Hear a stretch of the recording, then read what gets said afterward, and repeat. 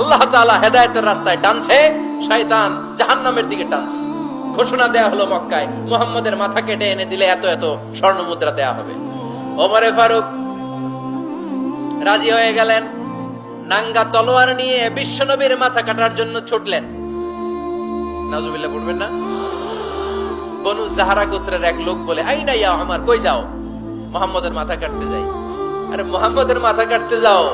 তোমার বোন ফাতিমা বিনতে খাত্তাব আর তোমার বোন জামাই সাঈদ কদ সাবা, এরা তো ধর্ম ত্যাগ করে ফেলছে। এটা তো আমাদের ধর্ম ত্যাগ করে মুহাম্মদের ফলোয়ার হয়ে গেছে। আগে ওমর ঘর সামলাও, পরে মুহাম্মদের মাথা কাটতে যেও। ওমর ফারুক অবাক হয়ে গেলেন। তলোয়ার নিয়ে বিশ্বনবীর দিকে না যে নিজের বাড়ির দিকে চলে গেলেন। বিশ্বনবীর আপন বোন ফাতিমা বিনতে খাত্তাব, বোন জামাই সাঈদ আর খাব্বাব রাদিয়াল্লাহু তাআলা আনহু তিনজন মিলে সূরা তাহা তেলাওয়াত করছিলেন। পড়েন সুবহানাল্লাহ। মক্কায় লুকিয়ে লুকিয়ে দাওয়াত হতো।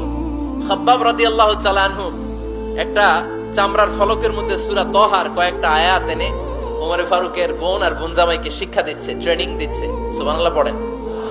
লুকিয়ে লুকিয়ে ওমর ফারুক যখন ঘরে চলে আসলেন, এরা তটস্থ